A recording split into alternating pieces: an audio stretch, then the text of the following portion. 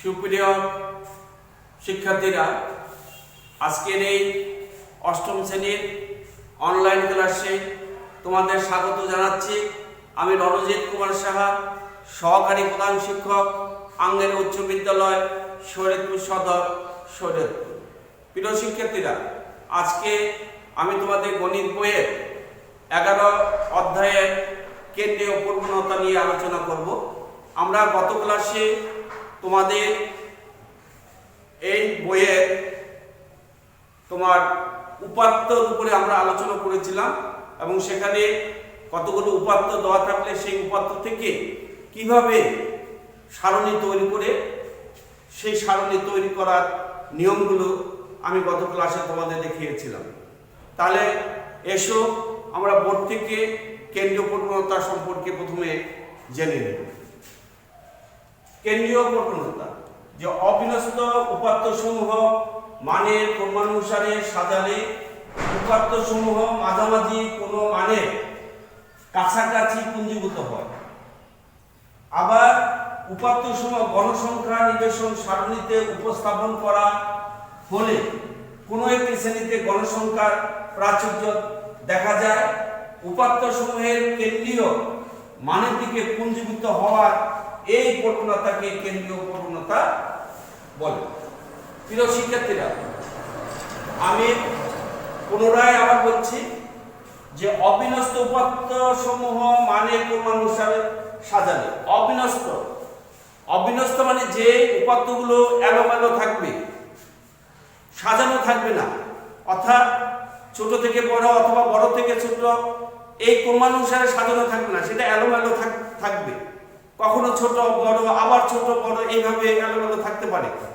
এখন এদেরকে যদি আমরা মানের ক্রমানুসারে সাজাই, মানের ক্রমানুসারে মানে কি, যদি ছোট থেকে বড় অথবা বড় থেকে ছোট দিকে আমরা সাজাতে পারি এবং যদি সেটা সাজাই তাহলে দেখা যাবে যে এই উপাত্তসমূহ মাঝামাঝি কোনো একটা মানের দিকে এরা পুঞ্জীভূত হচ্ছে। ঠিক আছে।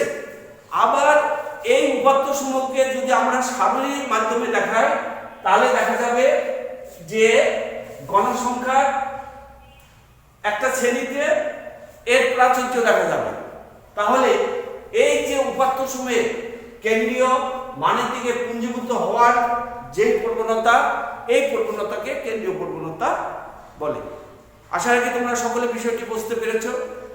এখন আমরা যে কতগুলো অবিন্যস্ত স্কোর থাকবে বা উপাত্ত থাকবে, সেই উপাত্তকে আমরা মানের ক্রমানুসারে সাজালে কিভাবে আমরা কেন্দ্রীয় প্রবণতাটা পেতে পারি সেই বিষয়টা নিয়ে তোমাদের সাথে আমি প্রথমে কথা বলবো। প্রিয় শিক্ষার্থীরা, ধরা যাক 25 জন ছাত্রের গণিতে প্রাপ্ত নম্বর হলো 21, 16, 20, 30, 25, 26, 36, 35, 37, 40, 43, 40, 43, 40, 43, 44, 46, 45, 48, 50, 64, 50, 60, 55, 62, 60। এই যে প্রাপ্ত নম্বরগুলো, এই প্রাপ্ত নম্বরগুলো এখানে অবিন্যস্ত অবস্থায় আছে। ঠিক আছে। তাহলে প্রথম কাজটা কি হবে, আমাদের এদেরকে বিন্যস্ত করতে হবে। তাহলে যদি আমরা এখানে ছোট থেকে সাজাই তাহলে আমরা কি পাবো, ছোট থেকে সাজালে আমরা পাবো প্রথমে 16, 20, 22, 25, 30, 35, 36, 37, 40, 40, 43, 43, 43, 44, 44, 45, 46, 48, 50, 50, 55, 60, 60। তাহলে এই যে বর্ণিত উপাত্তসমূহ এদের মাঝামাঝি মান হচ্ছে 43, অথবা এদেরকে আমরা ধরে নিতে পারি মাঝামাঝি মান হচ্ছে 43 বা এখানে 44। এই দুটি মানকে আমরা মাঝামাঝি মান ধরতে পারি এবং এই 43 এবং 44-এ এই প্রাপ্ত নম্বরগুলি পঞ্জীভূত হয়েছে। প্রিয় শিক্ষার্থীরা, এখন আমরা এই 25 জন ছাত্রের গণিতে প্রাপ্ত নম্বর এটাকে যদি আমরা একটি সারণীর মাধ্যমে দেখিয়ে তোমাদের এখান থেকে কেন্দ্রীয় প্রবণতার বিষয়টি ধারণা দিব। সুপ্রিয় শিক্ষার্থীরা, তোমরা এই সারণীর দিকে লক্ষ্য রাখো যে আমরা যে 25 জন ছাত্রের গণিতের প্রাপ্ত নম্বর, অবিন্যস্ত প্রাপ্ত নম্বরকে আমরা মানে ক্রমানুসারে সাজিয়ে সেখান থেকে আমরা একটা কেন্দ্রীয় মান পেয়েছি, তাই না? এখন আমরা এটাকে সারণীর মাধ্যমে সাজিয়ে দেখব যে সেখানে আমাদের কেন্দ্রীয় মানটা কি আছে। এখন দেখো, এই যে এখানে আমাদের আছে শ্রেণীব্যাপ্তি গণসংখ্যা, এই যে শ্রেণীব্যাপ্তি গণসংখ্যা, এখানে শ্রেণীব্যাপ্তি 16 থেকে 25, এখানে 26 থেকে 35, 36 থেকে 45, 46 থেকে 55, 56 থেকে 65 গণসংখ্যা। এখানে 4, এখানে 2, এখানে 10, এখানে 5, এখানে 4। প্রিয় শিক্ষার্থীরা, এই যে সারণীটা তৈরি করা হয়েছে, এই সারণীটা আমরা গতকাল যে ক্লাস নিয়েছিলাম সেই ক্লাসে সারণী কিভাবে তৈরি করে সেই নিয়ম অনুসারেই এখানে সারণীটা তৈরি করা হয়েছে। এখন দেখো, এই সারণীর দিকে যদি তুমি লক্ষ্য করো তাহলে তুমি কি দেখতে পাচ্ছ? তাহলে তুমি দেখতে পাচ্ছ যে এই যে 36 থেকে 45 এই শ্রেণীতে গণসংখ্যা সর্বাধিক, অর্থাৎ সবচেয়ে বেশি বার আছে এখানে, ঠিক আছে? অর্থাৎ এই যে 35 থেকে 45 এই শ্রেণীটার দিকেই উপাত্ত সমূহ কি হয়েছে? পঞ্জীভূত হয়েছে। তাহলে আমরা 36 থেকে 45 এই শ্রেণীটাকে আমরা মাঝামাঝি বা একটা কেন্দ্র কল্পনা করতে পারি, আর এই কেন্দ্রের দিকেই কিন্তু তোমার মানগুলো বেশি পঞ্জীভূত হয়েছে। অর্থাৎ 36 থেকে 45 এর মধ্যে 10 জন ছাত্র নম্বর পেয়েছে, তাহলে এটা কিন্তু মাঝামাঝি একটা অবস্থানে আছে। এখন এই যে কেন্দ্রীয় প্রবণতা, এই কেন্দ্রীয় প্রবণতার পরিমাপগুলো আমরা 3 ভাবে করতে পারি। যেমন একটা আছে তোমার গাণিতিক গড় বা গড়ের মাধ্যমে, আর একটা মধ্য, আর একটা উচ্চ। অর্থাৎ কেন্দ্রীয় প্রবণতা পরিমাপ হচ্ছে 3 প্রকার বা 3টি। একটা হলো গড় বা গাণিতিক গড়, একটা মধ্য, আর একটা প্রচলক। আমরা এরপরে ধারাবাহিকভাবে গাণিতিক গড়, মধ্য এবং প্রচলক দিয়ে তোমাদের সাথে আলোচনা করব। সুপ্রিয় শিক্ষার্থীরা, কেন্দ্রীয় প্রবণতার পরিমাপ 3টি, এটা তোমরা সকলে জেনেছ। এর মধ্যে প্রথম পরিমাপটি হলো গড় নির্ণয়, দ্বিতীয়টি মধ্য, তৃতীয়টি প্রচলক। তাহলে আমরা প্রথমে গড় নির্ণয় নিয়ে তোমাদের সাথে আলোচনা করব, এবং গড় নির্ণয় কিভাবে করে তা আমি একটি সারণীর মাধ্যমে তোমাদেরকে শেখাবো। প্রিয় শিক্ষার্থীরা, তোমরা একটু বোর্ডের দিকে লক্ষ্য রাখো। আমাদের এখানে একটি সারণী দেওয়া আছে। প্রথমে আছে শ্রেণীব্যাপ্তি 16 থেকে 25, 26 থেকে 35, 36 থেকে 45, 46 থেকে 55, 56 থেকে 65। আর গণসংখ্যা দেওয়া আছে 16 থেকে 25 শ্রেণীতে 4, 26 থেকে 35 এ 2, 36 থেকে 45 এ 10, 46 থেকে 55 5, 56 থেকে 65 4। ঠিক আছে?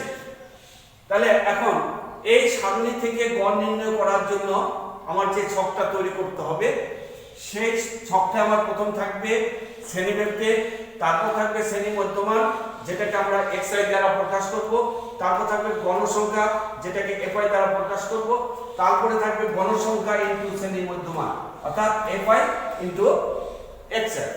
প্রিয় শিক্ষার্থীরা, তাহলে প্রথম কাজটা কি? আমাদের এই শ্রেণীব্যাপ্তি থেকে শ্রেণী মধ্যমানটা কিভাবে নির্ণয় করব? এই যে প্রথম যে শ্রেণীব্যাপ্তি আছে, এর এই যে 16, এই 16 হচ্ছে নিম্নসীমা আর 25 হচ্ছে উচ্চ সীমা।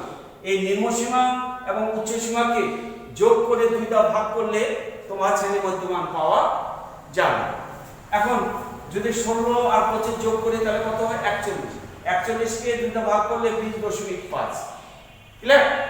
তাহলে আমরা এইভাবে প্রত্যেকটা শ্রেণীর উচ্চসীমা নিম্নসীমা যোগ করে দুইটা ভাগ করলে আমাদের শ্রেণী মধ্যমানগুলো এসে যাবে। তবে আমরা বারবার যোগ করে দুইটা ভাগ না করে যদি আমরা প্রথম শ্রেণীতে শ্রেণী মধ্যমান নির্ণয় করতে পারি, তার সাথে যদি আমরা শ্রেণীব্যাপ্তিটা কত সেই শ্রেণীব্যাপ্তিটা যোগ করে দিলে দ্বিতীয় শ্রেণী মধ্যমান পাওয়া যাবে। দ্বিতীয় শ্রেণী মধ্যমানের সাথে শ্রেণীব্যাপ্তি যোগ করলে তৃতীয় শ্রেণী মধ্যমান পাওয়া যাবে। আবার তৃতীয় শ্রেণী মধ্যমানের সাথে শ্রেণীব্যাপ্তি যোগ করলে চতুর্থ শ্রেণী মধ্যমান পাওয়া যাবে। এইভাবে যতটা শ্রেণী থাকবে ততটা শ্রেণীর মধ্যমান আমরা নির্ণয় করতে পারবো। প্রিয় শিক্ষার্থীরা, তোমরা তাকিয়ে দেখো 16 থেকে 25, এখানে শ্রেণীব্যাপ্তি কত আছে? 10। এটা আমরা গত ক্লাসে তোমাদের শিখিয়েছিলাম যে শ্রেণীব্যাপ্তিটা কিভাবে আমরা ধরবো, কত হয়। তাহলে 16 থেকে 25, 16, 17, 18, 19, 20, 21, 22, 23, 24, 25, তাহলে কত আসতেছে? 10। ক্লিয়ার?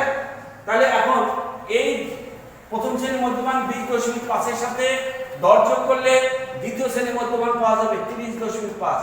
আবার 30.5 এর সাথে 10 যোগ করলে দ্বিতীয় শ্রেণীর মধ্যমানের সাথে 10 যোগ করলে তৃতীয় শ্রেণীর মধ্যমান পাওয়া যাবে, অর্থাৎ 30.5 এর সাথে 10 যোগ করলে 40.5। আবার তৃতীয় শ্রেণীর মধ্যমান 40.5 এর সাথে 10 যোগ করলে চতুর্থ শ্রেণীর মধ্যমান 50.5। আবার এর সাথে 10 যোগ করলে তোমার পঞ্চম শ্রেণীর মধ্যমান পাওয়া যাবে 60.5। আর গণসংখ্যা এখানে প্রদত্ত সারণী থেকে রাখো। প্রথম শ্রেণী গণসংখ্যা 4, দ্বিতীয় শ্রেণী গণসংখ্যা 2, তৃতীয় শ্রেণী 10, চতুর্থ শ্রেণী 5, পঞ্চম শ্রেণী 4। এখন এই গণসংখ্যাগুলো যদি আমি যোগ করি তাহলে কত? 25। ঠিক আছে, 4, 2, 6, 16 আর 5, 21 আর 4, 25। আমরা ধরে নিতে পারি যে এখানে 25 জন ছাত্রের গণিতে প্রাপ্ত নম্বরের একটা সারণী। ঠিক আছে, এখন আমরা এর গাণিতিক গড়টা নির্ণয় করব। তাহলে এখন প্রথম কাজটা কি? আমার গণসংখ্যা এবং শ্রেণী মধ্যমান গুণ করতে হবে। ঠিক আছে, এখানে 4 দ্বারা 20.5 কে যদি গুণ করি তাহলে আমি পাবো 82। আবার 2 দ্বারা 30.5 কে গুণ করলে আমি পাবো 61। আবার 10 দ্বারা 40.5 কে গুণ করলে আমি পাবো 405। আবার 50.5 কে 5 দ্বারা গুণ করলে 252.5। আবার 60.5 কে 4 দ্বারা গুণ করলে 242। তাহলে এটা হলো মোট গণসংখ্যাকে আমরা সমষ্টিকে এর দ্বারা প্রকাশ করতে পারি।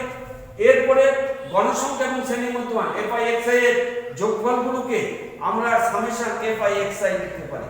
অর্থাৎ এই সামেশন চিহ্ন দ্বারা যোগফল বোঝায়। আর যোগফল fi(xi), এখানে যতটা fi(xi) আছে তাদের যোগফলকে সামেশন দ্বারা বোঝানো হয়েছে। তাহলে এই কয়টা যদি আমি যোগ করি, তোমরা ক্যালকুলেটরে যোগ করে দেখবে, যোগ করলে এখানে আসতেছে 1042.5।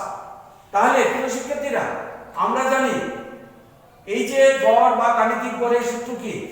এই সূত্রটা মনে রাখতে হবে যে সামেশন fi(xi)/n, এটা হলো গড় নির্ণয়ের একটি সূত্র। তাহলে সামেশন fi(xi) মান কত পাওয়া গেছে? 1042.5। n এর মান কত? 25। তাহলে এটাকে 25 দ্বারা ভাগ করলে কত আসতেছে? 41.7। তাহলে নির্ণয় গড় হচ্ছে 41.7। প্রিয় শিক্ষার্থীরা, তোমরা তোমাদের বইয়ে এই ধরনের অনেক অঙ্ক আছে যেখানে শুধু সারণী দেওয়া আছে, ওই সারণী থেকে গড় নির্ণয় করতে বলা আছে। এখন তোমরা বাসায় বসে এই নিয়মে সেই অঙ্কগুলো তোমরা প্রত্যেকে প্র্যাকটিস করবে, তাহলে তোমাদের কাছে গড় নির্ণয়টা করতে সহজ মনে হবে। এবং আমরা আগামী ক্লাসে তোমাদের সাথে মধ্যক এবং প্রচুরক নিয়ে আলোচনা করব। প্রিয় শিক্ষার্থীরা, তোমাদের সকলকে ধন্যবাদ জানিয়ে আমি আজকের ক্লাস এখানেই শেষ করছি।